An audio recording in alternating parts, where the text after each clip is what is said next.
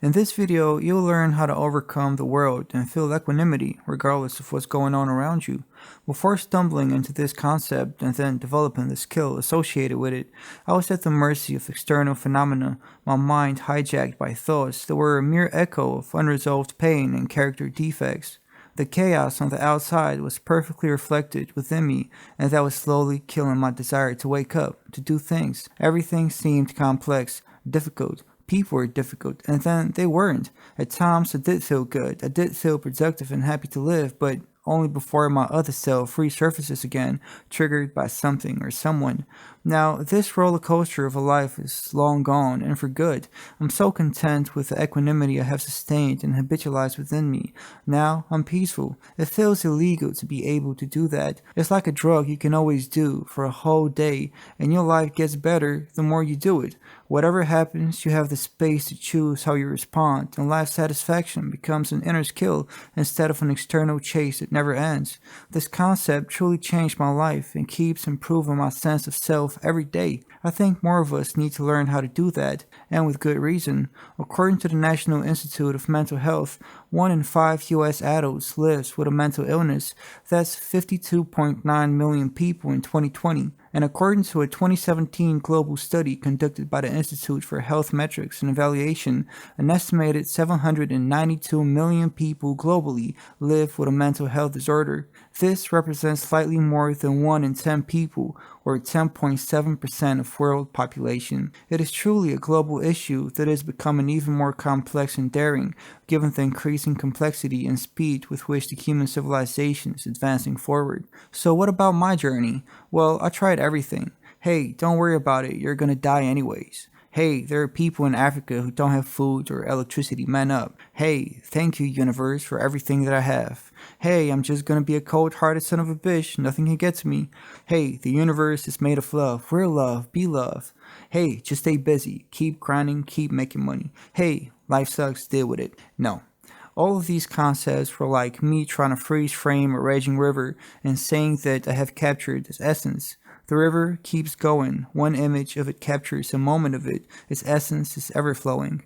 All of my tries failed one way or another. The chaos of existence never failed to bring an event which clashed with my established worldview and the way I have decided to perceive the reality my eyes were generating. I felt I was failing. It felt that life was too much for me, too big, too crazy, too drastic.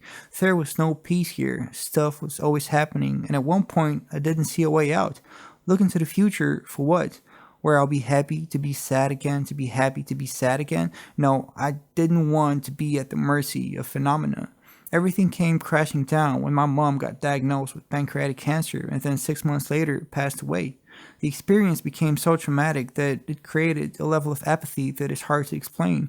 It was a dark moment which gave me the foundational perspective which acted as a signpost towards my realization and subsequent development of inner peace. Every next challenge life threw at me, for the time being, paled in comparison with what we went through. This got me thinking that an event's importance and impact is subjective and determined by the recipient's psychological makeup. Knowing that the impact is subjective allowed me to place myself in the shoes of a person who has gone through the toughest challenges that the material world could ever throw, someone who has suffered to an extent which has allowed him to overcome the suffering of this world. For him, no challenge is that impactful, and whatever finds him, he deals with it through rationality and a calmness of mind. Okay, I began to ponder on the mind space of this individual. How did he experience himself? Well, there were no frames. Any conceptual definition he has placed on his experience is being shattered by the multitude of events life has thrown at him. He has acceptance of what has happened, what is happening, and what will happen. He accepts it, then deals with it. This acceptance, I found, was a keystone to my equanimity. I have to accept reality as it is, as it was, and as it will be. Only that way I can deal with it without getting emotionally engaged with its constant transformations. Acceptance eradicates my expectations, and without expectations, reality becomes more objective, allowing me to engage in it more constructively. So how do I develop acceptance without it being part of a mental concept? Well, I realized that whenever something happened around me, I had a comment about it. What if I didn't? It was this comment that showed my judgment and my societal expectations. It showed my pain, preconceived notions, etc.? What if I didn't internally comment on whatever was happening around me? That way, I'm accepting it since I'm not producing any thoughts to question it. So I reached a new level of realization. I knew what I needed to achieve: inner silence. In order for me to feel equanimity and inner peace in the majority of my waking hours, I had to develop the skill of sustaining inner silence. Well, inner silence didn't wash over me all of a sudden. It was glimpses, moments where I had enough unused attention that I could spend it trying to develop inner silence. When I was washing the dishes, don't think. When I was waiting for something, don't think. When I was in my car right before I start the engine, a second of not thinking. And so I got addicted to the state of inner silence. It felt so peaceful. So I made it a point to extend it. Extend those moments where I don't think. Sit on this chair and just don't think. I later found it was called meditation. Okay, so people from thousands of years ago actually stumbled upon this, and there's a whole world out there full of literature and people who have mastered that skill. Well, damn, let's delve in. Now, I found out that most spiritual teachers are essentially saying the same thing, but with different words. You're not your thoughts. This is a source of inner peace and equanimity.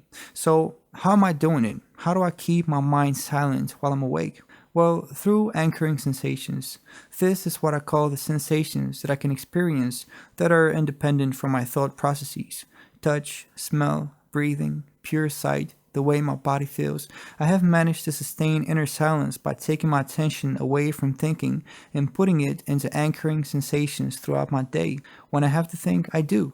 But when I don't have to, I put my attention into anchoring sensations, and it's so peaceful and satisfying in there. It's just a drug I have access to anytime, any day. I'm always holding. It's legal. It makes my life feel better, and I experience my existence above the torturous voices in my head.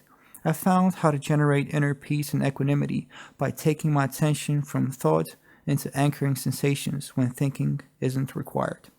Thank you for listening.